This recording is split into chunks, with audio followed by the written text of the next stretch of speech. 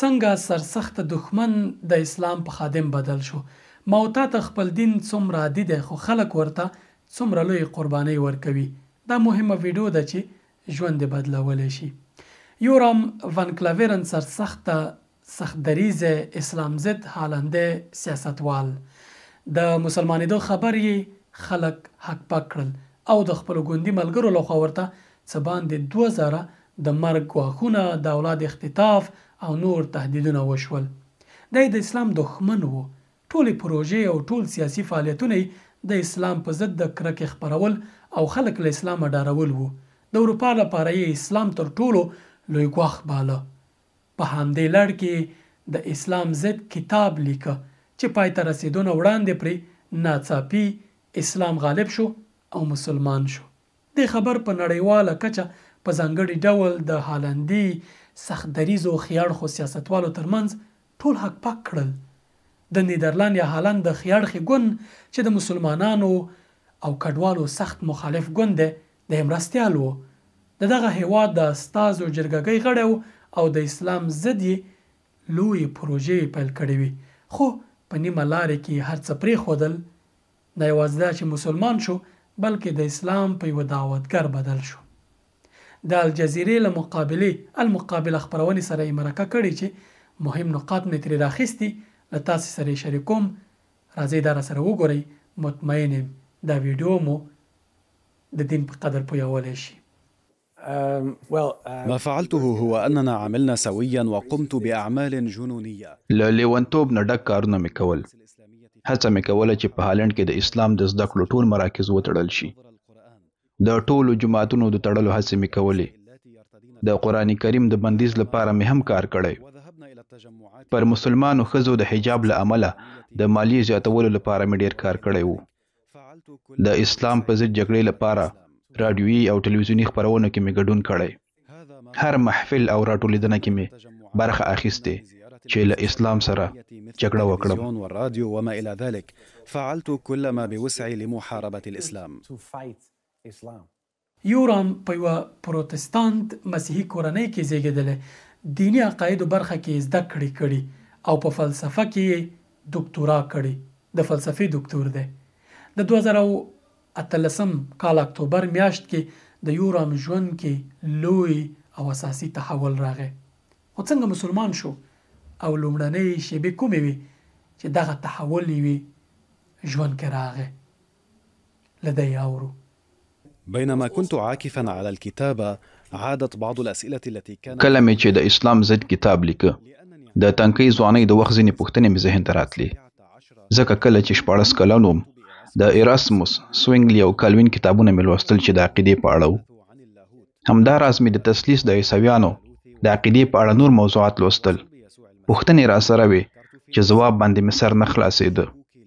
د کلیسا له راهبانو مې پوښتنې کولې خو د قناعت وړ ځوابونه یې نه راکول. هغه وخت مې فکر کاوه چې عمر مې کم دی، شاید زه پرې پوه نه شم. د همدې له امله مې هر څه ومنل. خو د عمر د 3 لسیزې په وروستیو کې همغه پوښتنې یو ځل بیا ذهن کې را پیدا شوې. ځکه ما په عیسویت او اسلام کې د الوهیت د مفکورې په اړه مقایسه کوله. بیا مې عیسویت کې د تثلیث او د اسلام کې د توحید په اړه مطالعه وکړه. ځان سره مې وویل که رښتینی واوسم هغه څه چې مسلمانان پرې باور او عقیده لري څه ناڅه منطقي دي. بیا مې فکر وکړ چې د انجیل پخوانی ګڼه ولولم. پخوانی انجیل یا اولډ ټسټمنټ هغه کتاب دی چې یهودانو اړوند هم دی. غوښتل مې ولولم چې موسی، نوح او ابراهیم پخوا وخت کې خپلو خلکو ته په دې اړه څه ویلي. هغوی ټولو د یو رب په اړه خبرې کړي. ښه نو ځان سره مې وویل د یو رب موضوع کې یو څه شته. بیا مې وویل زه خو عیسوی یم، یهودی خو نه یم. انجیل مې لوسته. په یوه ځای کې عیسی را روان وي. یو کس ترې پوښتنه کوي زه څه وکړم چې جنت وګټم؟ هغه ورته وایي او دا یې شیما ته هم تکرار کړې ده. دا د یهودو له شاهدي سره هم ورته والی لري چې وایي ای بني اسرائیلو رب یو دی، رب یو دی. بله خبره یې دا کړې چې ګاونډي سره هغه چلند وکړي چې څنګه یې ځان لپاره غواړي. دا 2 کارونه ډېر ستونزمن دي. ان عیسی د یو خدای په اړه خبره کوي نو ښایي په موضوع کې څه ناڅه حقیقت شته. نو ځان سره مې وویل د رب یووالی منلی شم.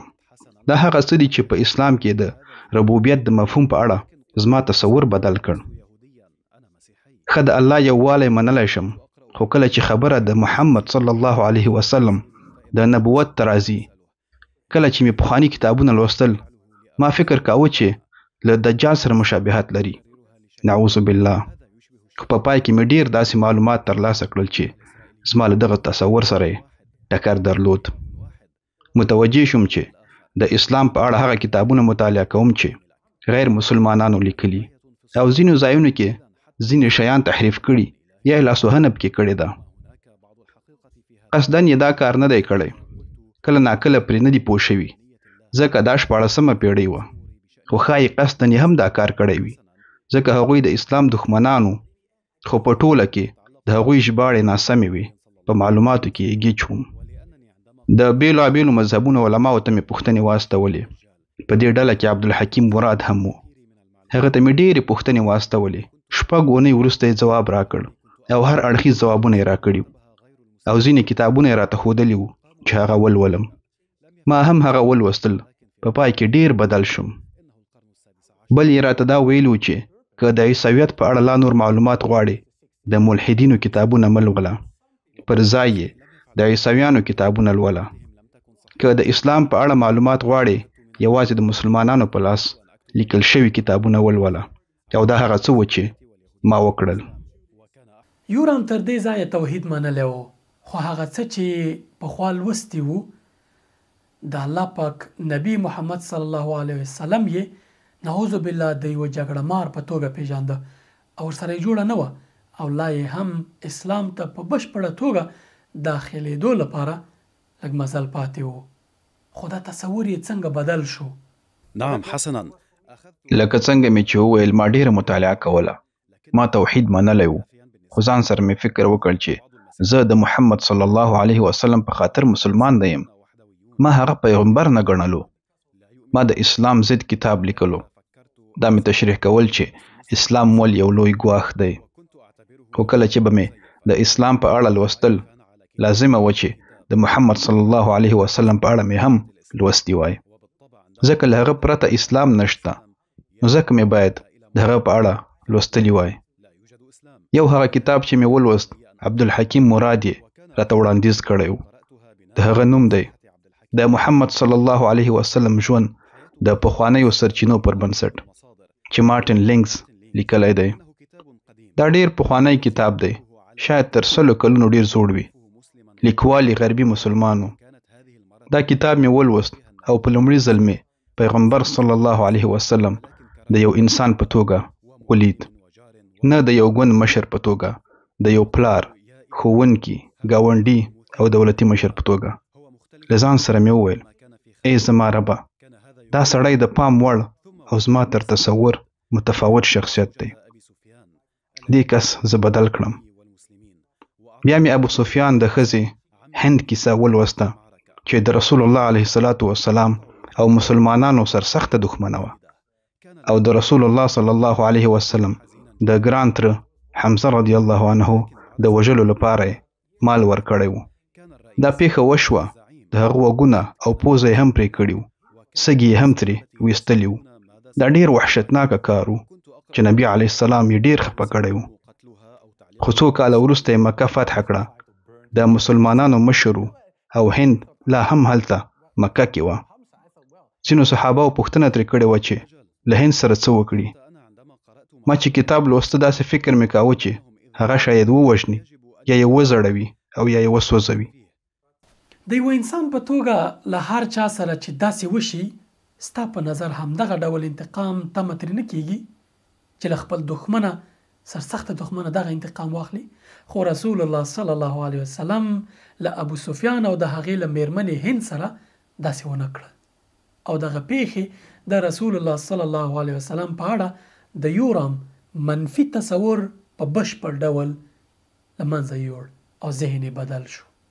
أجل بالکل. کله چې ما له حمزه سره د هند د کړنې په اړه لوستل، همدا تصور را سره و چې که په لاس ورشي باید وی وژني. ما هم همدغه فکر کړی و او په همدې باور وم. خو پیغمبر صلی الله علیه وسلم وویل، زه نشم کوای د هغې مخ ته وګورم، خو موږ باید وینه تویېدنه ودرو. هغه کوای شي چیرې لاړه شي یا د مسلمانانو ترمنځ ژوند وکړي، خو هلته نوي اصول وو. ما له ځان سره وویل یا الهي دا غیر عادي کار دی. دا چې د خپل ګران تر قاتل وبخي دا ډیر ځانګړی کار دی. دا ښایي چې ته څومره لوی زغم لرې. داسې کس دجال نشي کېدی. بیا مې د هغه له شخصیت سره لیوالتیا زیاته شوه.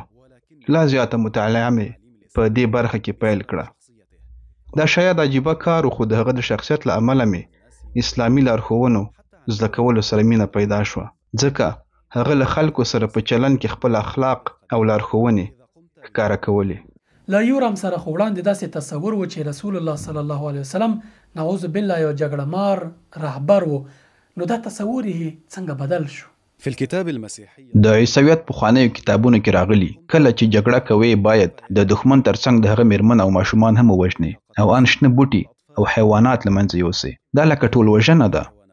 ما وویل دا ډیر زشت کار دی.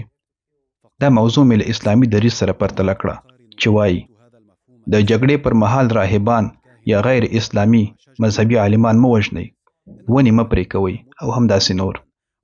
جګړه ناسم کار دی، خو که بیا هم جګړه کیږي ځینې اصول لري او په اسلام کې په دې اړه لارښوونې دومره روښانه کوونکې وي چې زه یې په دې یقیني کړم چې دغه سړی یعنی رسول علیه الصلاة والسلام پیغمبر دی. ښه، اوس هغه شیبه کومه ده چې دغه حالنده خیاړخې او سخت دریځه سیاستوال د اسلام له دښمنه د اسلام په دوست بدلیږي، مسلمانېږي؟ چیرې، څنګه او کله؟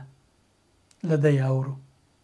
بسبب دراسة د مطالعې پر مهال مې زده کړي و چې د شهادت کلمې ویلو باندې یو کس مسلمانېږي، خو ما یې په اړه فکر کاوه او نه مې ویله. احساس مې وکړ چې د اسلام ضد کتاب لیکل او په دغه برخه کې ټولې پروژې باید ودروم، ټول کتابونه یو اړخ ته کېږدم او خپل ژوند وکړم او دا موضوع هېره کړم. کتابونه مې ټول المارۍ کې کېښودل او دا ټوله کیسه راته خیالي ښکارېده. یورام د دې کتاب لیکل د اسلام په ضد پیل کړی وو، خو نیمه کې ترې خبره د الله پاک موندلو لور ته لاړه او خبره ترې دې ته ورسېده چې مسلمان شي. فكرت في وقف المشروع. ما د لیکلو بهیر ودروه ځکه پیل کړی مې د اسلام پر ضد خو په منځ کې مسیر بل لوري ته لاړ. خپل کتاب او نور کتابونه چې د اسلام په ضد او د اسلام په اړه وو ټول مې المارۍ کې ایښودل، چې څو کتابونه چې د قرآن کریم ترجمه هم پکې وه له المارۍ راوغورځېدل. په دې ډول مې د قرآن کریم د ترجمې کتاب له ځمکې راپورته کړ، پرانیستی و، ورته پام مې شو چې غټه ګوته مې د 22 سورت یا سورة الحج د 46 آیت پر سر ده چې پکې راغلی و. آیا دوی په ځمکه کې ګرځېدلي راګرځېدلي نه دي چې زړونه یې پوهېدونکي او غوږونه یې اورېدونکي شوي وای؟ حقیقت دا دی چې سترګې نه ړندېږي، خو هغه زړونه ړندېږي چې په سینو کې دي. ځان سره مې وویل همدا زما اصلي ستونزه ده. ما سره ټول هغه دلایل شته چې اسلام او د محمد صلی الله علیه وسلم پیغمبري تاییدوي، خو زه بیا هم نه غواړم ایمان پرې راوړم. زه هیڅ چا د دې کتاب لیکلو لپاره نه مجبور کړی، په خپله خوښه مې لیکلی. وروسته مې له ځان سره فکر وکړ چې زما ستونزه هم زما په زړه کې ده، په سترګو او عقل کې مې نه ده. زما په احساساتو او عاطفه کې ستونزه ده. لا هم مسلمان نه وم، خو دعا مې کوله، لکه د لمونځ په شان عمل مې وکړ او ومې ویل ای ربه، زه په دې کیسه کې نه یم چې عیسویت په حقه دی او که اسلام. ما ته یوه نښه وښایه چې زړه مې حق دین په اړه 100% مطمئن شي.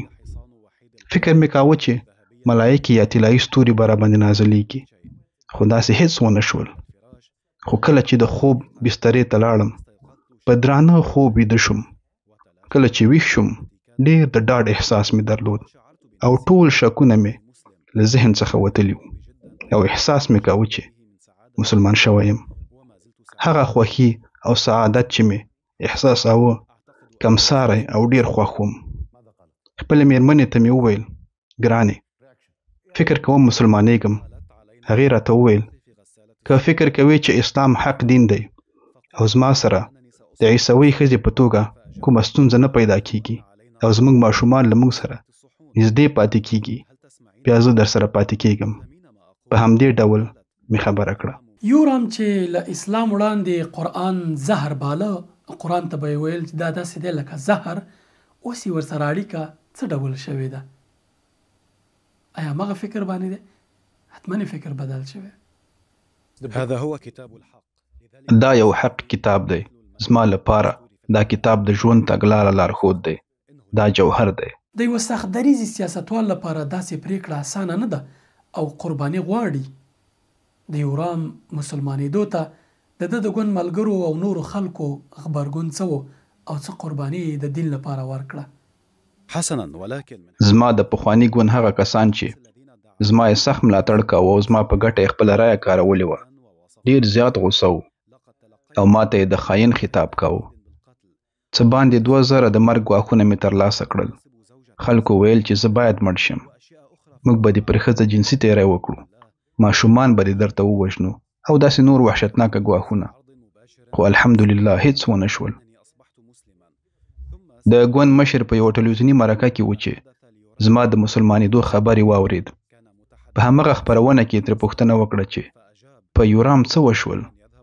ستا ملګری او د اسلام په ضد ستا ویاند و.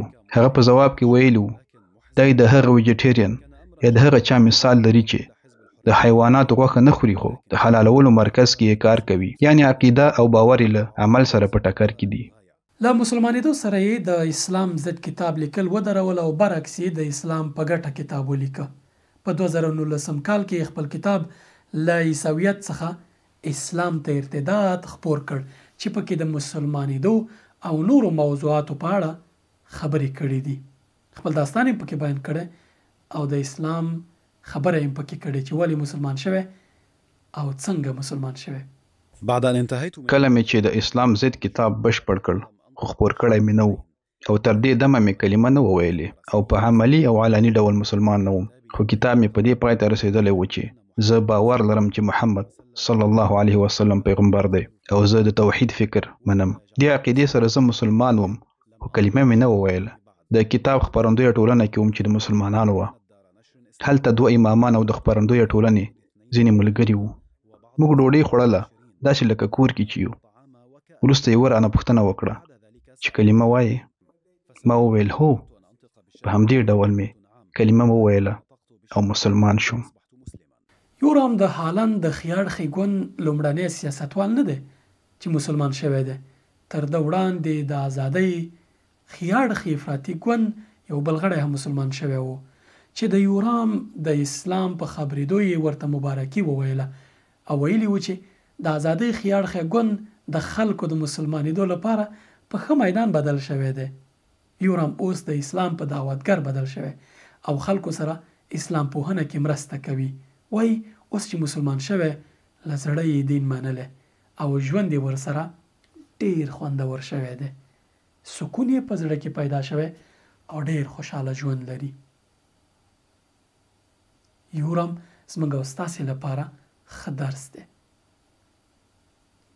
موږ ته دین عادي دی خو داسې خلک یې په قدر پوهیږي چې په دومره قربانیو او دومره سختیو د هر څه پریدي، سیاست، موقف، هر څه پریدي، راشي د الله دین ته غاړه کیږدي، تسلیم شي او اسلام وماني. زموږ او ستاسې ځینې افغانان دي لږه مطالعه وکړي بیا نو د دین په خلاف شي، دین پسې راواخلي. اسلام د جګړو دین دی، اسلام د وروسته پاتې والي دین دی، اسلام دا د اسلام هغه دی. یورام د فلسفې دکتور دی، د اسلام تر ټولو سرسخت دښمنو. اما حق چې کله ولید په اسلام کې او په دې یقین باندې شو او یقین په دې شو چې اسلام حق دین دی، غاړه ورته کېښوده. تاسې واورېدل څه پرې تېر شو، څنګه اسلام ومانه. څوک چې واقعا د حق په لټه کې شي حق مومي، که د ذرې په اندازه یې زړه کې د حق موندلو نیت وي. الله پاک دې موږ او تاسې په دین باندې ثابت قدمي لري. السلام علیکم.